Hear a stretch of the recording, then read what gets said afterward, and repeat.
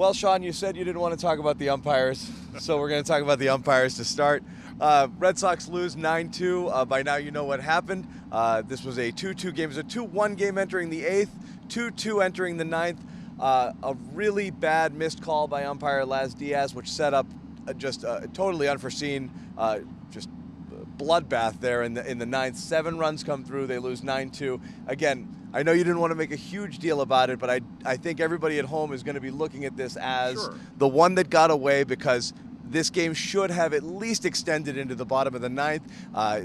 Eovaldi clearly had a strike 3 call. It wasn't called there. Again, Diaz was bad. Both teams, both sides all night long, so it's hard to just point at one, but people are going to point at that one. No question, and Laz Diaz does not have the great reputation.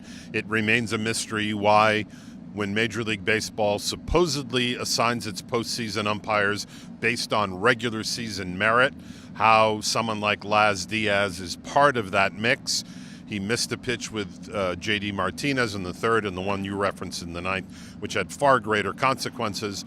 But again, in the big picture, the Red Sox have themselves to blame here. This was a team that scored 21 runs in the previous 2 games and could manage just 3 hits. Although they did have 7 walks, so they had opportunities, but they just didn't have the success with runners in scoring position that they've had all throughout the postseason. Right, and we talked about it after Game 3.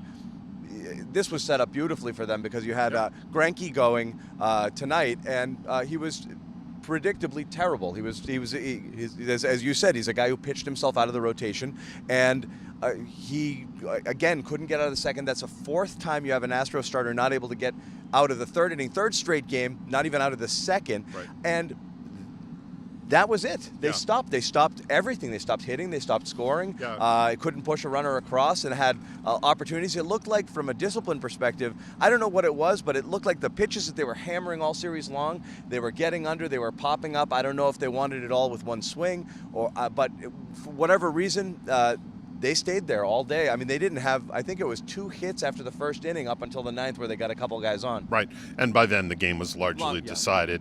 As I said, they did have the 7 walks. That tells me that they had some discipline and that they were not chasing, but on the opportunities that they did have, last I checked, I think they were, and this was again before the 9th inning, I think they were 0 for 8 or 0 for 9 with runners in scoring position, and there it is.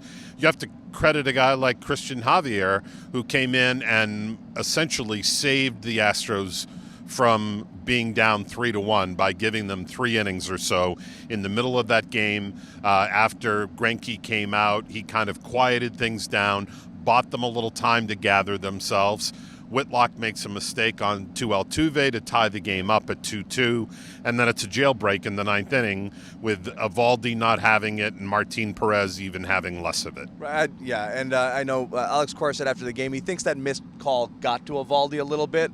If you keep that a 3-2 game, obviously you have a chance there. It was over there with the 7 runs coming across, and Martin Perez obviously not getting, really doing anything when he came in. But bigger issue now is it's 2-2. You know the series is going back to Houston, and now you're back to Game 1 starters Chris Sale and Framber Valdez. Yesterday, it would have felt like the Red Sox were inevitable. Like it seemed like they couldn't. Huge switch in momentum.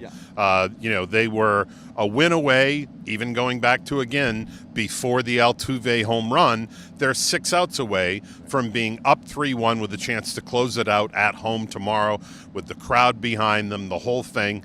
Now, if anything, the arrow points a little bit in Houston's favor. They still have starting pitching issues. That hasn't gone away. But this is now a best of 3, and the Astros have succeeded in retaking home field advantage.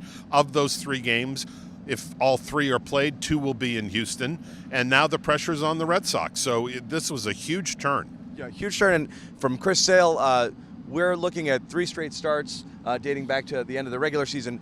He hasn't performed well at all, so it's hard to feel great if you're the Red Sox with Sale going out there and Eovaldi, who pitched tonight. I don't know if that will necessarily affect him. This might have been an off-day kind of inning for him, so he's still probably slated to go. But again, a lot of pressure on Sale. I don't know what he's done recently for you to feel good about him. Well, the last start in Houston was a little better. They did like the fact that The changeup was better when he started to use it.